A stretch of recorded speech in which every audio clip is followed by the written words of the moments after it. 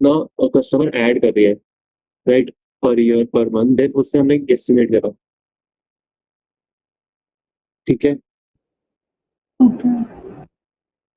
हाँ, तो वही आई एम सेइंग कि तुम्हें इसमें गेस्टिमेट करके फाइनेंशियल्स बनाने पड़ेंगे।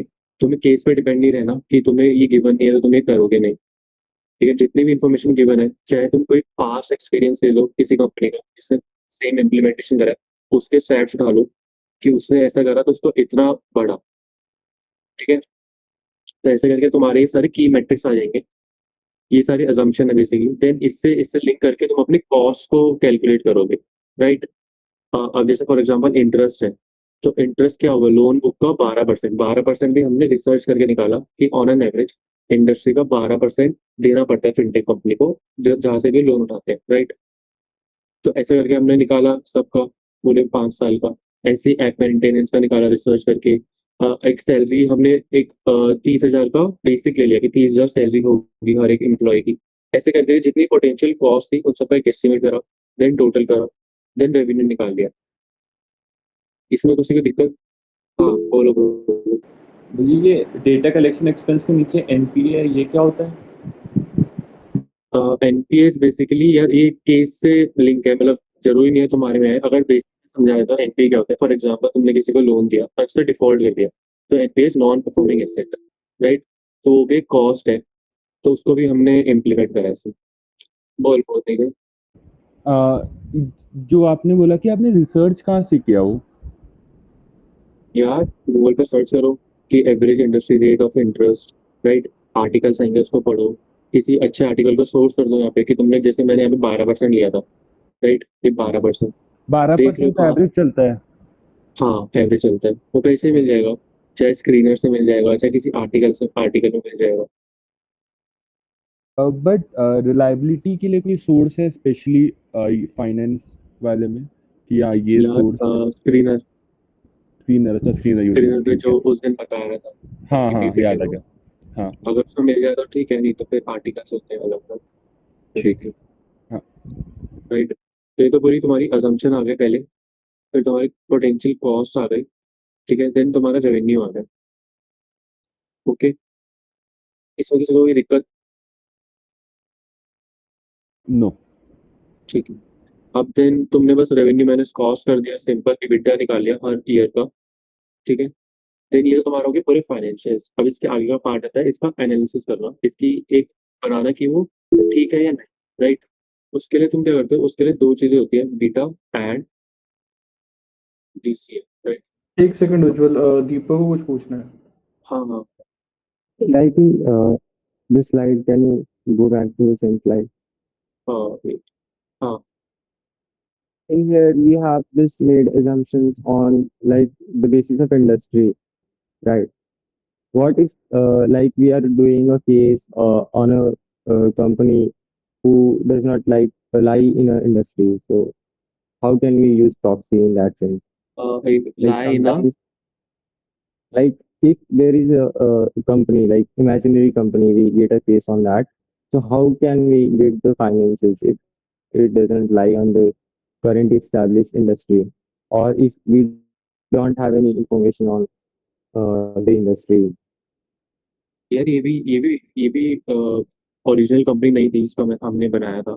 ये भी एक इमेजिनरी कंपनी ही थी, राइट।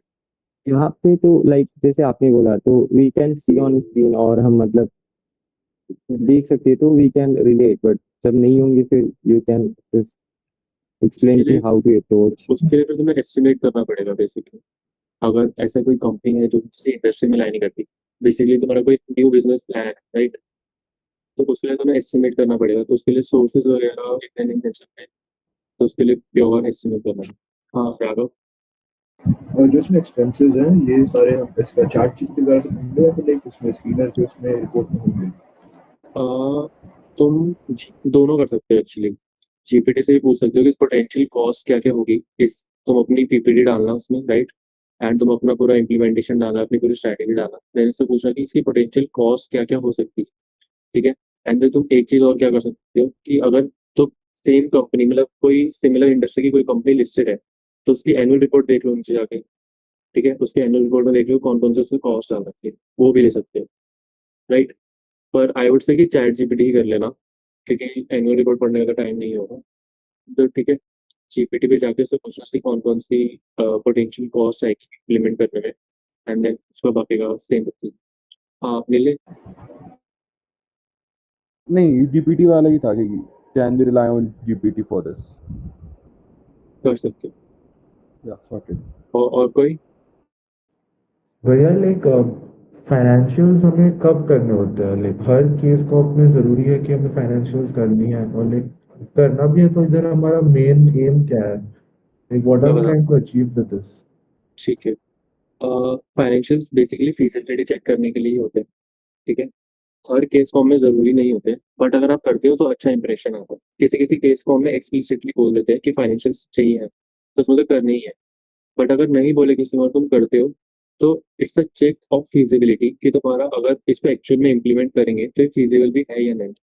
अब आगे बताऊंगा कि वो फिजिबल कैसे चेक करते हैं कि फिजिबल है या नहीं। ठीक है। ठीक है ठीक है, अब भैया। तुमने सारी अपनी कॉस्ट निकाली, तुमने सारा अपना रेवेन्यू निकाल लिया, राइट। देन एक कॉन्सेप्ट आता है बीटा का, जो मैंने वीडियो भेजी थी, देखी थी किसी ने? नहीं देखी? तो तुम्हें तो मुश्किल हो सकती है समझने में, but I try my best. ठीक है, सबसे बेस्ट बेसिक बताता हूँ बैक क्या होता है। Basically back is total cost जो कि कंपनी के पास फंड है। फंड कितने टाइप के हो सकते हैं? दो टाइप के, इक्विटी एंड डेट। ठीक है, कि या तो कंपनी इक्विटी इशू करे, डेट, दोनों की कॉस्ट होती है, राइट। एंड ये जो बैक होता है ना, उन दोनों का वेटेड एवरेज होता है। फॉर एग्जाम्पल मैंने देखा cost of debt. Cost of debt क्या होता है? इंटरेस्ट रेट जो हम पे करते हैं, ठीक है, राइट। जो हम इंटरेस्ट रेट पे करेंगे डेट पे, वही कॉस्ट होगी इक्विटी उसकी डेट की। ठीक है, एंड कॉस्ट ऑफ इक्विटी क्या होता है? एक्सपेक्टेशन बेसिक, कि कितना एक्सपेक्टेड रिटर्न हमें इन्वेस्टर को जनरेट करके देना है। ठीक है, अब मैं इसके फॉर्मूला में नहीं जाऊंगा क्योंकि बहुत ज़्यादा टेक्निकल है। तुम वीडियो देखना, तुम खुद सर्च करना, तुम्हें तभी समझ में आएगा ज़्यादा अच्छे से। ठीक है, बट समझ लो ये कॉस्ट ऑफ इक्विटी है, जो इक्विटी हमारे पास है, हमें उसको एक्सपेक्टेड रिटर्न कितना जनरेट करके इन्वेस्टर को देना है, वो है 13% इस केस में, और कॉस्ट ऑफ डेट है 6%। अब फॉर एग्जाम्पल तुम्हारी कंपनी में डेट 50-50 है, 50 डेट है, 50% डेट है, 50% इक्विटी है। तो उन दोनों का वेटेड एवरेज क्या हो जाएगा? कि for example cost of debt into में 50% plus cost of equity into में 50%। ये समझ गए? ऐसे करके तुम्हारी ओवरऑल कंपनी की जितने भी कॉस्ट होगी ना फंड की, वो आएगी। ठीक है, फंड इसी को ही आगे यूज करता है। तो बेसिकली बैंक दिखा के रखी एटलीस्ट, जो एटलीस्ट हमें इतना करीब करीब 10% तो जनरेट करना ही करना है, अगर हमें सर्वाइव करना है। ठीक है, इतनी तो हमारी कॉस्ट जो भी फंड है कंपनी के पास वो है, तो एटलीस्ट 10% तो हमें रिकवर करना ही करना है। ठीक है, ये सबको क्लियर है, right. I have a doubt, yes. जैसे अभी कैलकुलेशन के लिए you used after tax cost of debt, why are we not using pre tax cost of debt? समझा नहीं मैं, फिर दोबारा बोलना। लाइक आपने जो ये कॉस्ट निकाला था ओवरऑल 9.99, तो इसमें आपने after tax cost of debt use किया है ना? Like why not use pre tax इसके कॉस्ट ऑफ लिए डेट? चलो ठीक है, मैं एक्सप्लेन ट्राई करता हूँ एक्सप्लेन कर। फॉर एग्जाम्पल तुम्हारी कंपनी का EBITDA आया 100, ठीक है,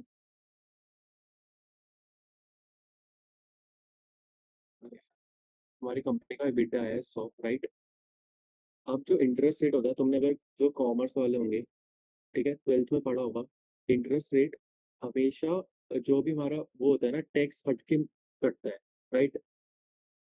टैक्स कटता है EBITDA में से, देन इंटरेस्ट कटता है। तो इसलिए यहाँ पे मैंने यहाँ पे सबसे पहले तो 1 - 30% करा है। ठीक है, pre tax cost of that means कि टैक्स कटने से पहले इंटरेस्ट रेट डिवाइडेड बाय जो हमारा डेट था वो कितना था, वो परसेंटेज, एंड देन हमारा टैक्स, क्योंकि टैक्स जो होता है ना डिडक्टेबल एट डेट होता है। बेसिकली हमारा पहले टैक्स कटता है, देन हम इंटरेस्ट पे करते हैं। ठीक है, थोड़ा टेक्निकल है आई नो, समझ नहीं आएगा, पर जैसे जैसे इम्प्लीमेंट करोगे तभी आएगा समझ।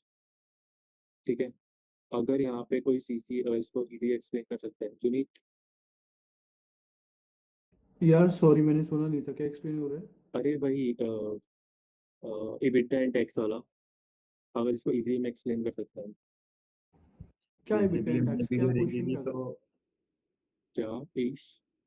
हाँ मैं कह रहा था बेसिकली मैंने वीडियो देखी थी तो मैंने ये समझा था उससे हम्म, कि मतलब वीडियो में नहीं था बट उसने ऐसे बताया था कि अगर हम डेट लाइक सपोज हमारे पास एक एफडी है सपोज उस पे हम्म, हमें 10% मिलता है बट अगर हमने देखा कि उस पे 30% वो टैक्स कट रहा है तो उसके बाद हमें 7% ही मिलेगा।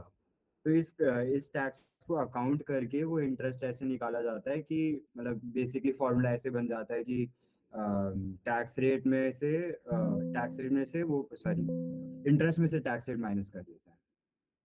हाँ मतलब करेक्ट है, बट वही थोड़ा सा डिफिकल्ट है अंडरस्टैंड करना। ठीक है, तो तुम वीडियो देखना। कोई है ठीक है, ठीक। जिसको ये समझ नहीं आया या जिसको ये समझ आया? मतलब जिसको नहीं समझ आया वो हैंड रेस कर दो। हम्म।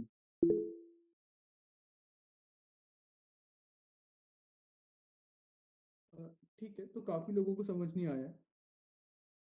तो बेसिकली क्या है, दीपक का क्वेश्चन क्या था कि जो हम एक कॉस्ट कैलकुलेट कर रहे हैं ये हम आफ्टर टैक्स कैलकुलेट कर रहे हैं, राइट? हम EBITDA पे कॉस्ट क्यों नहीं कैलकुलेट कर रहे हैं?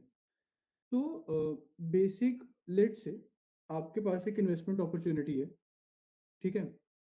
और वो इन्वेस्टमेंट अपॉर्चुनिटी में 100 रुपये इन्वेस्ट हो रहे हैं। और जब वो 100 रुपये इन्वेस्ट हो रहे हैं तो आपको पता है कि आपको 10 रुपये उसमें से रिटर्न मिलेंगे, ठीक है? तो 10 रुपये जब रिटर्न मिलेंगे तो गवर्नमेंट कहती है कि 3 रुपये मैं रखूंगी। तो आपको आइडियली कितने पैसे मिले? 7 रुपये मिले।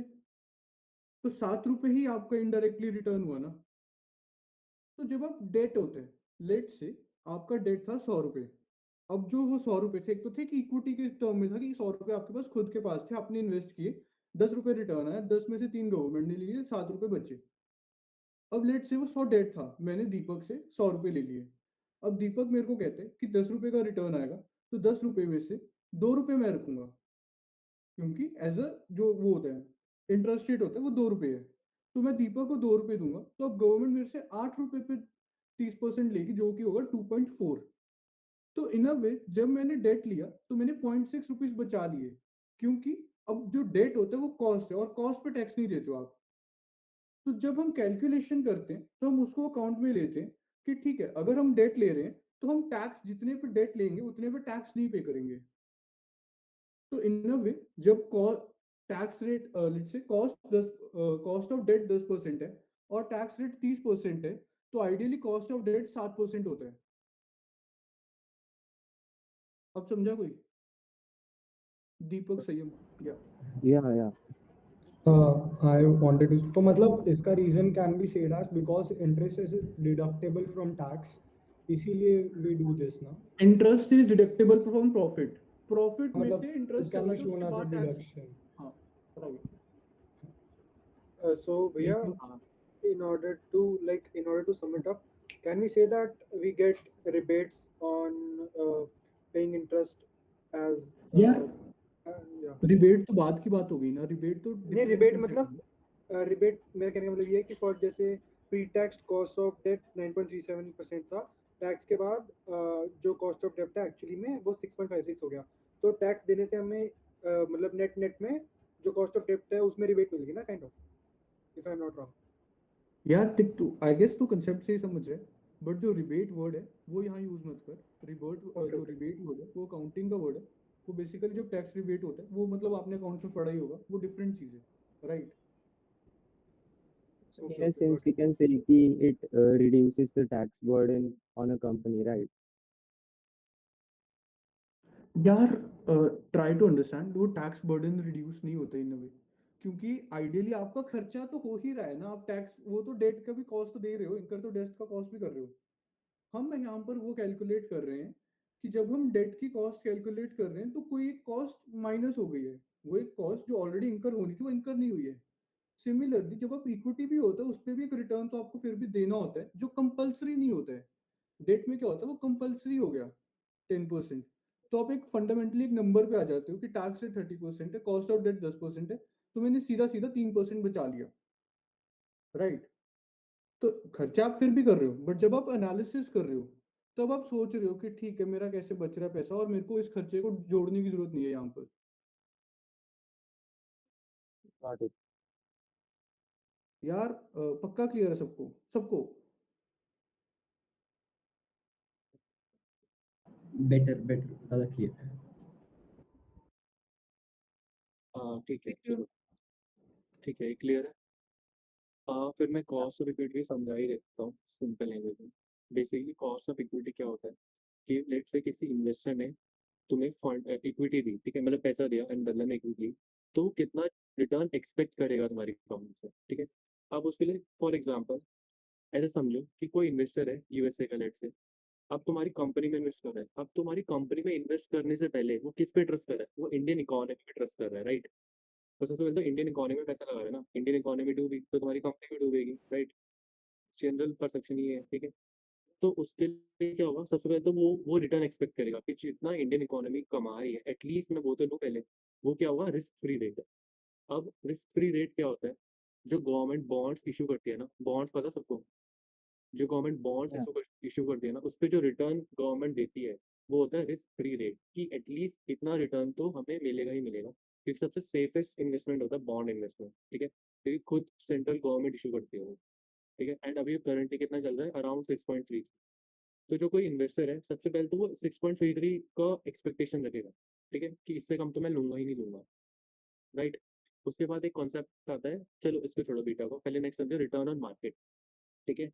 देन उसने इंडिया में इन्वेस्ट करा, देन वो उसके बाद किस में इन्वेस्ट करेगा, इंडिया के स्टॉक मार्केट, इंडिया की मार्केट्स में, इंडिया की इंडस्ट्रीज में, बेसिकली स्टॉक मार्केट में, राइट।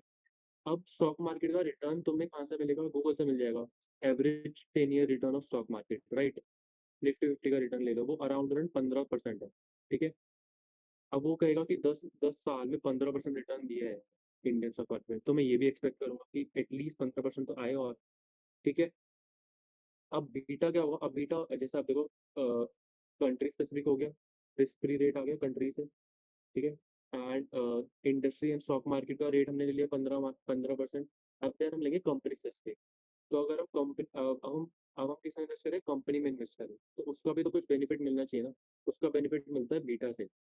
बीटा क्या होता है कि फॉर एग्जांपल बीटा होता है रिस्क, रिस्क मेजर करता है, कि फॉर एग्जांपल अगर हमारा जो निफ्टी है बेसिकली, जो इंडियन स्टॉक मार्केट है, उसके कंपैरिजन में हमारी कंपनी कितनी रिस्की है, हमारी इंडस्ट्री कितनी रिस्की है, राइट। ठीक है, अब ये कहाँ से मिलेगा तुम्हें बीटा वाला? इसके लिए एक बहुत अच्छा सोर्स होता है अश्वत्थ दामोदरन का, ठीक है। अश्वत्थ दामोदर, तुम गूगल पे लिखना कि Aswath Damodaran beta of this industry, ठीक है।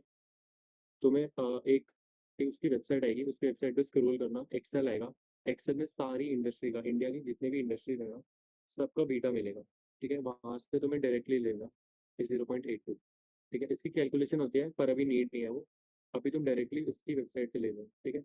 अब देन इसका फॉर्मूला क्या बनेगा कि रिस्क फ्री रेट सबसे पहले कंट्री में इन्वेस्ट कर रहा है, ठीक है, उसका डिस्काउंट, उसका एक्सपेक्टेशन रखेगा वो, ठीक है। देन वो क्या करेगा, फिर इस वाले में आओ कि हमारी स्टॉक मार्केट इंडियन गवर्नमेंट से कितना ज्यादा रिटर्न बना रही है, राइट। वो उसका डिफरेंस लेगा बेसिकली 15 - 6.33, राइट। एंड देन फिर कंपनी स्पेसिफिक का एक पैरामीटर आ जाएगा कि 0.82 बीटा बेसिकली, कितनी की जितनी ज्यादा रिस्की उतना ज्यादा रिटर्न।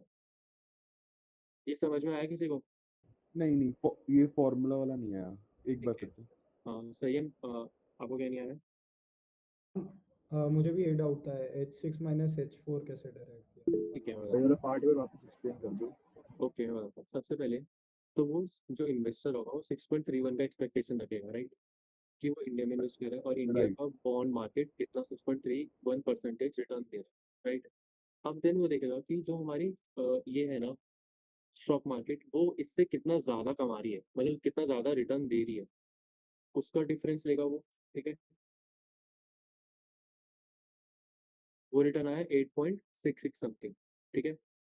कि लेट से पहले उसने बॉन्ड मार्केट लिया, फिर उसने लिया कि स्टॉक मार्केट कितना ज्यादा इससे कमा रही है, हमारी बॉन्ड मार्केट सबसे सेफेस्ट वाली से, ठीक है। फिर वो उतना एक्सपेक्टेशन और जोड़ देगा इसमें कि अगर इंडिया का जो निफ्टी है, इंडिया का जो स्टॉक मार्केट है वो इतना कमा रहा है, तो मेरी कंपनी एटलीस्ट इससे ज्यादा तो कमाए, ठीक है। वरना तो कंपनी में इन्वेस्ट ही क्यों करेगा, वो स्टॉक मार्केट में कर देगा अगर इससे कम कमा रही है तो, राइट। ये समझ में आया? सही है। हाँ, और नीले और बाकी सब? नहीं माइनस क्यों किया? लाइक अगर रेट इतना मार्केट दे रहा है और इतना हम्म, इंडिया का गवर्नमेंट कह रही है, तो उसको माइनस क्यों किया? क्योंकि इसमें रिटर्न और मार्केट में आरएफ भी इंक्लूड होता है कहीं ना कहीं, ठीक है। जो नहीं नहीं स्टॉक समझ आया। क्या? लाइक नहीं समझ आया, फिर उसके पीछे लॉजिक क्या है? यार लॉजिक ये है कि जो आरएम है ना, इसमें ये भी इंक्लूड है बेसिकली आरएफ, जो स्टॉक मार्केट का अच्छा। रिटर्न है इसमें ये भी इंक्लूड होता है बॉन्ड मार्केट का रिटर्न। ठीक है, ओके। ये समझे, तो उसका कितना हाँ ये ज्यादा है वो भी तो ऐड करोगे ना, ये समझे। राइट। हाँ हाँ तो सही है। उसमें से हमने वो हटा दिया। हाँ सही है। स्टिल इफ अगर आरएम के अंदर जो आरएफ है वो इंक्लूडेड था, तो हम्म। हमको सिर्फ आरएम कंसिडर करना चाहिए, वेयर आरएफ को लाइक इग्नोर कर देना चाहिए ना उस केस में। वायर भी लाइक मतलब निकाल क्यों रहे हैं हम लोग आरएफ उसके अंदर से, मेरा doubt है। यार क्योंकि ना जो बीटा मल्टीप्लाई होगा ना वो सिर्फ एक्स्ट्रा वाले पे ही इंटू करके होगा, क्योंकि तुम आरएफ में मल्टीप्लाई नहीं कर सकते बीटा। आरएफ से पूरी होल ओरिजिनल कंट्री का हो गया। ओरिजिनल ये थोड़ा आरएम ले सकते हैं ना फिर। क्या क्या हाँ अगेन। जो ओरिजिनल आरएम था ना, जो इनिशियल हाँ वैल्यू मेरे को क्या भी सेम आरएम वही की। एग्जैक्टली। डायरेक्ट आरएम ओरिजिनल के साथ क्यों नहीं मल्टीप्लाई कर सकते बीटा?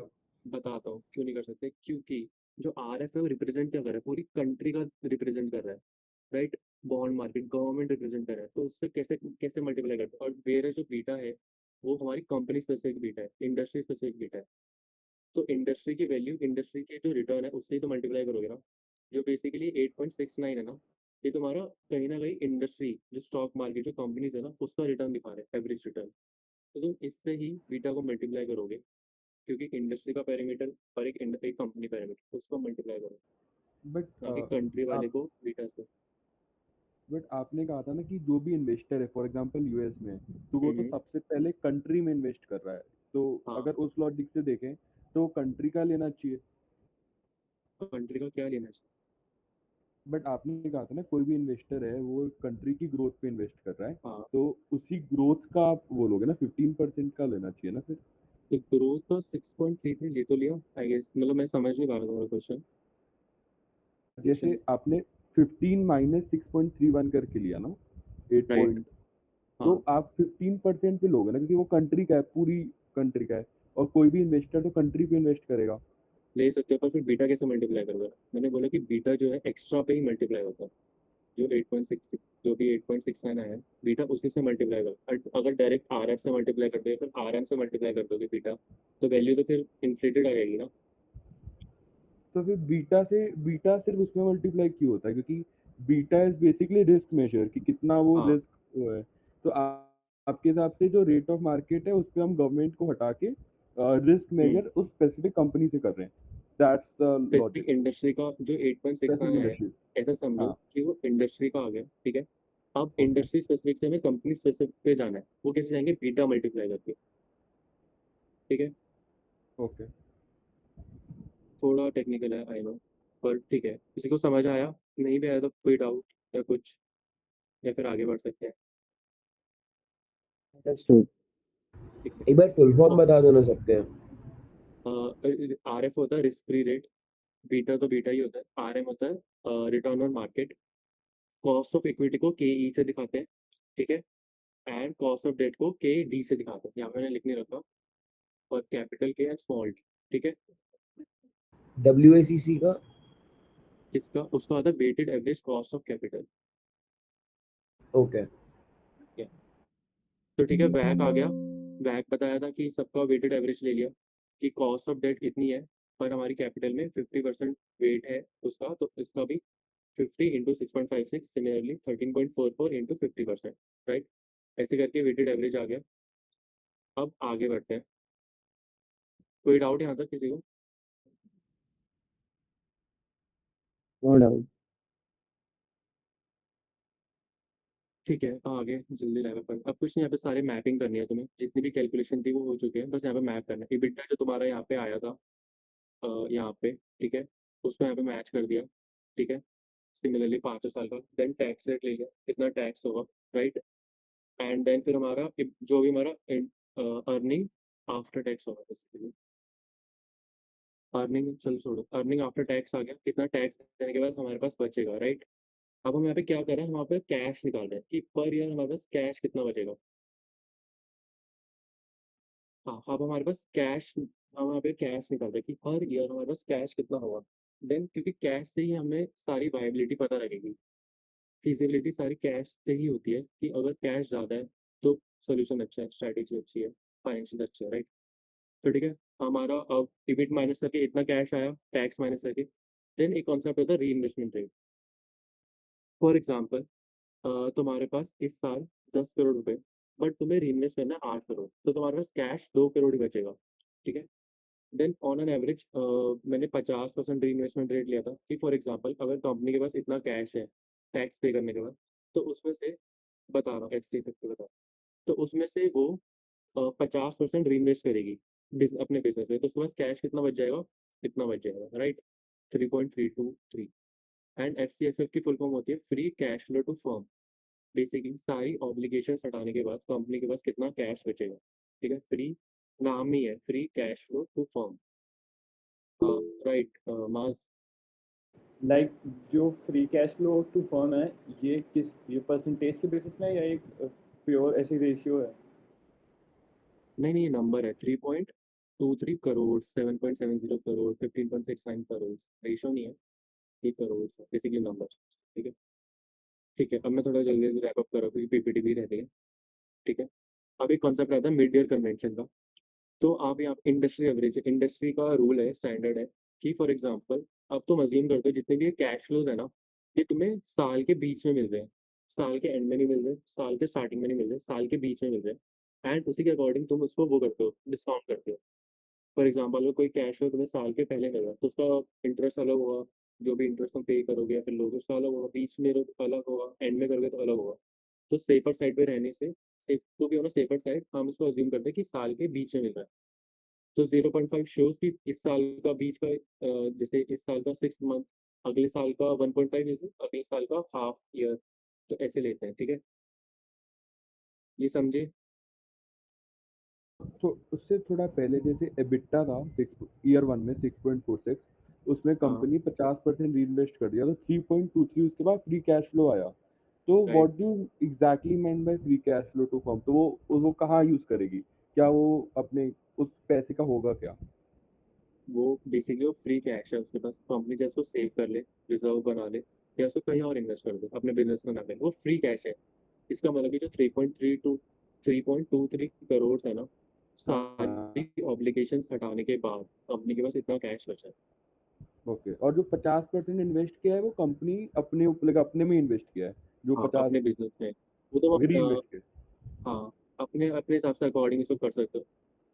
ठीक है। है, या तो इसका कोई सोर्स मिल जाए, फिर खुद ही रैशनल सोच के इसका 50% कर देना, 70 कर देना, 80 कर देना। ओके पहले के 2-3 साल में 70-80 कर देना, देन थोड़ा कम कर देना। ठीक है। ओके। और इसके पीछे कोई लॉजिक होता है कि क्यों री इन्वेस्टमेंट रेट होता है वो कब 50% होता है? जैसे ईयर वन में अगर 50% समझ आता है, या फिर ग्रो कब होगा, कम कब होगा?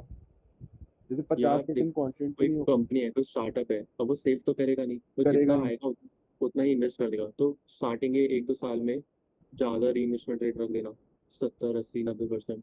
देन धीरे धीरे घटा देना, जैसे company economics of scale achieve करेगी, देन घटा देना। तो राइट। जैसे अदम्पशन है पूरे अभी अभी इस हाँ 50%। हाँ, ये assumption है, ओके।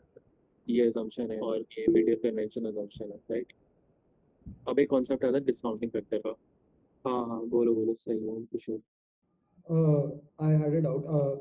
जब हम लोग रीइन्वेस्टमेंट रेट की बात करते हैं तो is it only on fixed assets और लाइक हर बचा हम लोग क्या कंसिडर करते हैं इसमें? आई विल दोबारा बोलना, आवाज कर दो। मैं पूछ रहा था कि when we talk about reinvestment rate तो हम लोग राइट। सिर्फ उन पैसों की बात करते हैं जो कंपनी फिक्स्ड एसेट्स के ऊपर खर्चा करती है, या फिर सारे के सारे खर्चे जो कंपनी सारे करती है इट कैन मतलब किसको सारे कंसिडर करा सारे जाता है? सारे सारे। जितना भी, हाँ जितना भी एंड में कैश बचेगा उतना, जितना भी इन्वेस्ट करेगी वो। हाँ पूरा अच्छा, तो जितना कुछ भी। बचता है दैट इज रिटेन्ड अर्निंग्स ऐसा कह सकते हैं? Like if company let's say reinvest 80% तो 20% इज रिटेन्ड अर्निंग्स, या फिर कुछ भी कर सकते हो लाइक लेंड भी कर सकते हैं कुछ और? हाँ कुछ भी कर सकते हैं, अपार्ट फ्रॉम अपने बिजनेस में इन्वेस्ट लेंड करने के बाद। हाँ यानी कुछ। ऑपरेटिंग एक्टिविटी के अलावा कुछ भी कर देगी उससे? हाँ हाँ, या तो वर्किंग कैपिटल में इन्वेस्ट, ऐसा होता है वर्किंग कैपिटल या फिर कैपेक्स, बेसिकली कैपिटल एक्सपेंडिचर, इन दोनों में से किसी में भी कर ओके, सकते हैं। हाँ हाँ हाँ। ठीक है कशिश। What does mid-year convention basically imply and how do we determine it? Okay, तो मीडियल कन्वेंशन एक इंडस्ट्री स्टैंडर्ड है। जब भी कोई डीसीएफ बनता है, फिर ऐसे फाइनेंशियल्स बनते हैं, तो सबसे मतलब एक अजम्पशन होती है जो कि स्टैंडर्ड है, सब लोग लेते हैं, कि जो भी कैश फ्लोज है ना, ये 3.23 7.70 इस साल के बीच में रिसीव हो रहे हैं, ना साल के एंड में ना साल के स्टार्टिंग, ठीक है, साल के बीच में रिसीव हो रहे हैं। तो यही इम्प्लाई करता है, क्योंकि साल के अगर स्टार्टिंग में होगा तो अलग कैलकुलेशन होंगी, साल के एंड में होगा तो अलग होगी। तो सेफर साइड पे रहने, अगर सेफ साइड पे रहने के लिए हम इसको बीच में अज्यूम करते हैं कि साल के बीच में रिसीव होंगे। तो लाइक ये बेसिकली सेट स्टैंडर्ड है या फिर हम अपनी हाँ हाँ, कन्वीनियंस के हिसाब से एज्यूम सेट है, करते हैं? सेट है। अगर तुम्हारा कोई बहुत ही स्ट्रॉन्ग रैशनल है कि साइक्लिकल बिजनेस बिजनेस है, कुछ ऐसा है, तो उसके अकॉर्डिंग चेंज कर सकते हो। बाकी I would not recommend you to change this, क्योंकि सेट है। और जो ये FCFF है, ये कंपनी कैसे भी यूज कर सकता है, like it has already invested on itself, तो अब उसकी मर्जी है ना, वो कहीं भी यूज कर सकता है उसे। तो right right. Thank you. Actually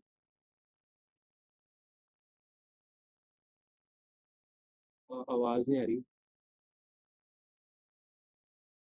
hello hello, आवाज नहीं आ रही Prachi. You're not audible, Baji.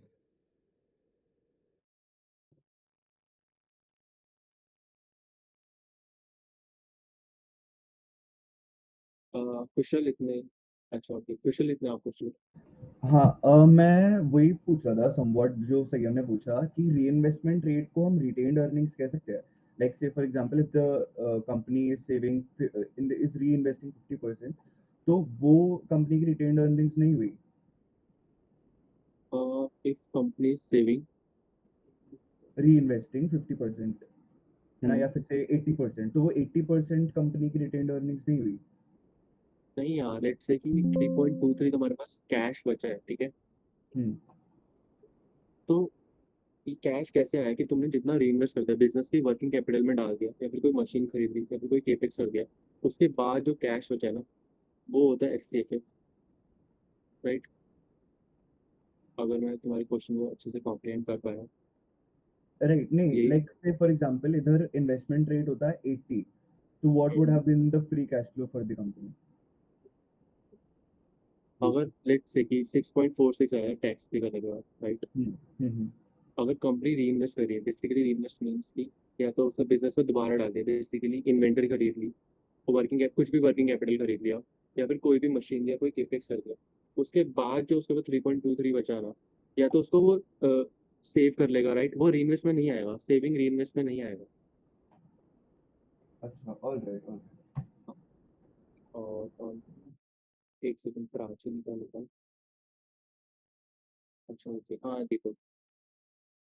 I think first year आपने जो मिड ईयर कन्वेंशन कैलकुलेट किया, you took average, but in second year मतलब कैसे किया, in third year can explain one?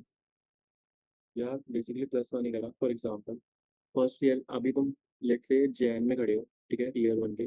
तुम अज्यूम करोगे कि साल के बीच में, तो फर्स्ट ईयर का बी मिड क्या हो जाएगा, 0.5। सेकेंड ईयर 2 साल, उसका मिड क्या हो जाएगा कि 1.5। ये समझे पहले साल, ठीक है, ये समझे, समझ में आया कि सेकेंड ईयर फर्स्ट का ईयर मिड क्या हो। लेट से तुम रुक जाओ, फॉर एग्जाम्पल आप जून में खड़े हो, विच इज 6 मंथ, राइट। अब इससे एक साल और प्लस करोगे, बेसिकली अगले साल का जून, जो कि अगले साल का हाफ होगा। तो ठीक है, तो मैंने जून से एक ईयर प्लस कर दिया, तो जून प्लस वन, जो कि नेक्स्ट ईयर का हाफ आ जाएगा, बेसिकली मिड,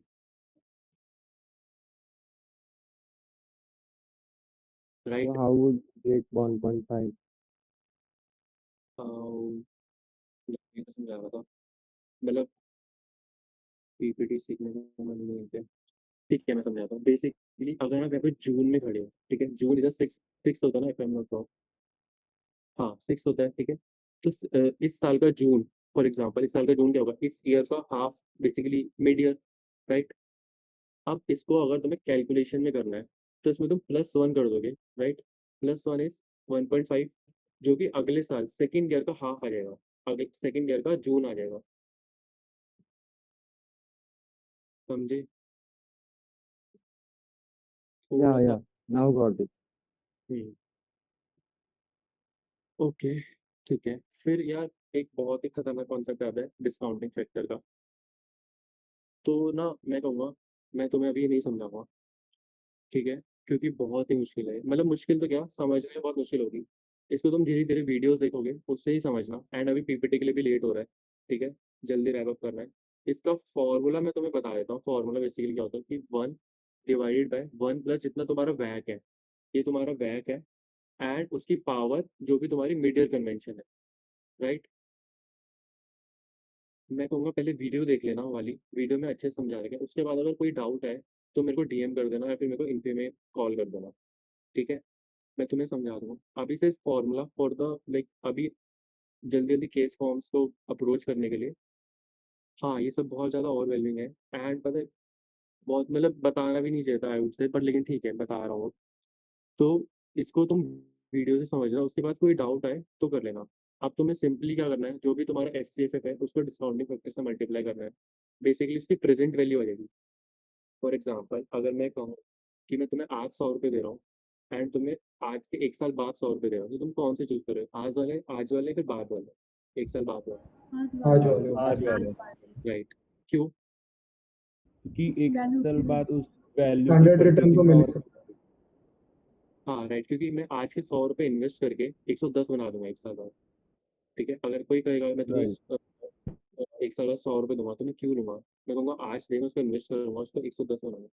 तो वो 110 की वैल्यू आज क्या होगी, 100 रुपये, ठीक है। तो बेसिकली वो प्रेजेंट वैल्यू हो गई। अब वो कैसे निकलती है, यही free cash flow multiply by this discounting factor. तो बेसिकली आज की वैल्यू हो गई। अब ये कहाँ यूज आता है, लेट से कि तुमने कितना इन्वेस्ट करा, लेट से 30 करोड़ रुपीज तुमने तुमने इन्वेस्ट करा, ये जो 30 करोड़ है, ठीक है, ये दिख रहा है, ये 30 करोड़ तुमने इन्वेस्ट करा। एंड ये 30 करोड़ इन्वेस्ट करके तुमने कितनी वेट मैंने सम का कर रखा है, wait, तुमने 30 करोड़ इन्वेस्ट करके 67 करोड़ की वैल्यू खरीद ली आज से 5 साल की, ठीक है। ये समझ में आया किसी को?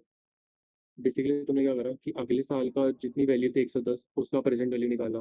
फिर उसके बाद लेट से 120 हो गया, उसकी प्रेजेंट वैल्यू निकाल ली। उसके बाद 130 हो गया, उसकी प्रेजेंट वैल्यू निकाली। ऐसे करके 5 साल की प्रेजेंट वैल्यू निकाली, ठीक है। एंड तुमने कितने में खरीदी उसको, 30 करोड़ में। तो 30 करोड़ में तुमने 67 करोड़ की वैल्यू खरीदी, राइट। तो ये एक अच्छी इन्वेस्टमेंट है, क्योंकि तुम कम कम इन्वेस्ट करके ज़्यादा की वैल्यू ले रहे हो। तो it's a physical solution, right. एक ये तरीका होता है इसको चेक करने का कि तुम्हारी जो जितनी भी प्रेजेंट वैल्यू है ना 5 साल की, वो ज़्यादा आनी चाहिए इन्वेस्टेड वैल्यू से, राइट। अब मैं जल्दी जल्दी रैप अप कर रहा हूँ। एंड फिर होता है expected growth rate. Expected growth rate guys, basically, हाँ हाँ, हेलो हेलो। बेसिकली जो ये सम आया 67 करोड़, इसको भी फर्दर एनालाइज किया जाता होता है कि अगर हम इसको एक टाइम पीरियड में लाया जाता है कि आज के मुकाबले वो 67 करोड़ कितने हैं, लेट से ओवर पीरियड ऑफ टाइम वो 67 करोड़ है, बट आज वो 25 करोड़ जी है, तो फिर 30 करोड़ इन्वेस्ट करने का कोई पॉइंट नहीं रहा। अब वो कैसे कैलकुलेट होते हैं, वो एनपीवी होते हैं, वो भी हम डिस्कस नहीं करेंगे। जस्ट सो यू नो एक कंसेप्ट होते हैं जो हम फ्यूचर में कभी एक्सप्लोर करेंगे, राइट। कंटिन्यू। हाँ सही। तो डिस्काउंटिंग फैक्टर हम लोग इसलिए नहीं लगाते ताकि हमको जो फ्यूचर वैल्यूज है उनकी प्रेजेंट वैल्यू करंटली पता चल जाए। तो हाँ उसके बाद इसलिए में लगा। हम लोग और क्या कंसिडर करेंगे, मतलब फिर अगर हम लोग वही लगाते हैं तो हमें इन सब वैल्यूज मतलब इन सब का प्रेजेंट वैल्यू तो ऑलरेडी पता चल चुका है ना, तो फिर लाइक हाँ आगे फर्दर क्यों करना? समझा नहीं, फिर दोबारा एक्सप्लेन करो। जैसे अभी जुनित भैया ने कहा कि इसके बाद भी हम लोग एक फैक्टर लगाते हैं जिससे हमें इस 67.27 करोड़ की प्रेजेंट वैल्यू पता चलती है, राइट। तो ठीक है, पर हम लोग पहले से तो प्रेजेंट वैल्यू डिस्काउंटिंग फैक्टर लगा के प्रेजेंट वैल्यूज पता कर तो चुके हैं, तो वापस से क्यों लगाना, वो मेरा क्वेश्चन। उसने उसने नेट प्रेजेंट वैल्यू बोला था, ये प्रेजेंट वैल्यू है 5 साल की। अब नेट क्या होगा, नेट होगा कि जितना तुम्हें मिल रहा है माइनस जितना तुम दे रहे हो, राइट। बेसिकली इसको अब प्लस कर, तो तुम अब ये नेट आया है, ठीक है। इसको ऐसे समझो कि जो 67 है वो इनफ्लो है तुम्हारा, एंड 30 इज आउटफ्लो। हाँ जुनीत सही। यही कहना चाहते हैं हम, जो भी तूने नेट वाला बोला था। यार ठीक है, वैसे उसकी बात सही है। मैं गलत हूँ यहाँ पर, क्योंकि मैंने ध्यान से नहीं सुना था, मैंने अभी जस्ट सुना। उसकी बात सही है कि अगर हम पहले ही प्रेजेंट वैल्यू ले रहे हैं तो ये तो हम्म, ऑलरेडी प्रेजेंट में ही है। तो उसकी बात ही सही है कि 67 करोड़ ऑलरेडी एक रिटर्न है। तो he is right in this. ठीक है, पर जो मैं बता रहा था वो था नेट प्रेजेंट वैल्यू, कि ये सारा 67 जो हो गया वो हो गया इनफ्लो, जो भी 5 साल का इनफ्लो है। एंड ये हो गया आउटफ्लो। अगर तुम्हें करंट करंट ईयर का देखना है कि कितना नेट आ रहा है, तो inflow minus outflow which is 37, which is still greater than the invested value. तो अगेन ये अच्छा एक इन्वेस्टमेंट है, राइट? थोड़ा थोड़ी समझ में आएगा I think। हाँ आ कुछ गया और? समझ। ठीक है, ओके। तो इसको तो यहीं पे रैप अप करते हैं। ये यही है, बाकी आगे का जो है आई वुड से कि वीडियो देखना, उसके बाद नहीं आया उसके बाद समझना, ठीक है? इसको यहीं पे रैप करते हैं फाइनेंशियल्स को। यहीं तक ही होता है। फाइनेंशियल फिजिबिलिटी तुम्हारे सोल्यूशन की इसी से जज हो जाएगी, राइट? इसके बाद जो CAGR होता है वो निकाल देना। CAGR मैंने लास्ट केसेस में एक्सप्लेन करा था, राइट? क्या होता है? ठीक है, फ्यूचर नहीं? वैल्यू अपन present value raise to 1 by. हाँ राघव। तो इधर जो केस फॉर्म्स में फाइनेंशियल बनाने होते हैं, ये जो यार अपेंडिक्स के अंदर कौन यू आर सा नॉट ऑडिबल, बहुत ब्रेक हो रही है आपकी आवाज़। तो जो केस फॉर्म्स में ये फाइनेंशियल्स बनाते हैं, ये अपेंडिक्स के अंदर आता है, राइट? तो ये कितना बनाना है, जो इतना लाइक मिनिमम है? यार आवाज़ अभी भी नहीं आई, अगर कोई और सुन इज पाया तो। बेसिकली सेइंग कि जो हम फाइनेंशियल्स बनाते हैं तो we basically put it in appendix, तो हमें कितना बनाना चाहिए फाइनेंशियल्स को? Am I right Raghav? Yes yes you are right. Okay, ऐसा कोई फिक्स तो नहीं है कितना बनाना चाहिए, बस तुम्हारी सारी अजम्पशन, ठीक है, तुम्हारी सारी कॉस्ट जितनी भी होगी, उस तुम्हारी सारी रेवेन्यू, देन ये जो सब होता है ना फिजिबिलिटी चेक करने का, ये दैट्स इट। अगर इसके अलावा तुम्हें कुछ और इंक्लूड करना है वो केस पे डिपेंड करता है उन्होंने क्या मांगा है, कितनी इन्फॉर्मेशन गिवन है। मैंने बेसिक केस को उनको बता दिया, जो तुम अभी करोगे ना उसमें ये सब काफ़ी रहेगा। तुम्हारी सारी कॉस्ट की कैलकुलेशन एस्टिमेट, ठीक है, एंड देन रेवेन्यू का एस्टिमेट, ठीक है, देन ये बताया एक्सटेपेड वाला, दैट्स इट। तो बेसिकली 4 to 5 अपेंडिक्स में 4 to 5 पेजेस मैक्स है फॉर नाउ, ठीक है? अब एक सम अप करने के लिए कि आज क्या क्या बताया, क्योंकि बहुत ज़्यादा टेक्निकल हो गया आई नो। सबसे पहले तो एक चीज़ ध्यान रखना, तुम्हारे फाइनेंशियल्स इम्प्लीमेंटेशन से लिंक होने चाहिए। I am repeating it again, ठीक है? तुम्हारी सारी assumption पहले तुम लिस्ट करोगे, ठीक है? जो भी तुम्हारा assumptions होगी, जो भी गिवन इन्फॉर्मेशन होगी उससे तुम्हारी assumption, देन सारी cost, potential cost, then revenue, ठीक है? Then revenue minus cost, EBITDA आ जाएगा, ठीक है? देन फिर डेटा निकालोगे, ठीक है? देन फिर DCF निकालोगे, बेसिकली प्रेजेंट वैल्यू, तो चेक जितना तुम इन्वेस्ट कर रहे हो तुम उतने की वैल्यू ले भी रहे हो या नहीं, ठीक है? अब फाइनेंशियल्स यहीं पे डन होते हैं, किसी को कोई डाउट?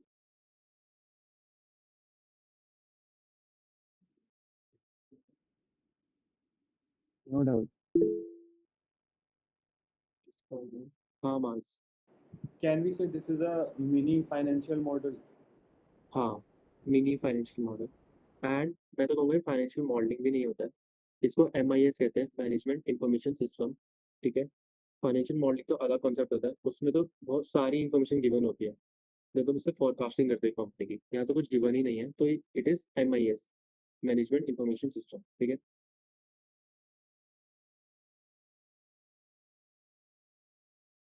अच्छा उज्ज्वल ये बंद कर दिया, ऑलमोस्ट टाइम ठीक हो गया है। है, डन डन, फाइनेंशियल यहाँ पे आ, रैप करते हैं। यार एक बात बताओ, just a second। हाँ उसी दिन बात बताओ यार, अगर मैं 11:30 तक ले लूँ ये, तो कौन कौन बैठ पाएगा? हैंड रेस करता हूँ, जो बोलेगा मैं नहीं लूंगा फिर। कौन कौन बैठ पाएगा ये वो है ना? नहीं रह पाएंगे I guess। ठीक है, 11 बजे नहीं तक कर नहीं लूँ चलेगा? हाँ वो चलेगा। आधा घंटा चलेगा?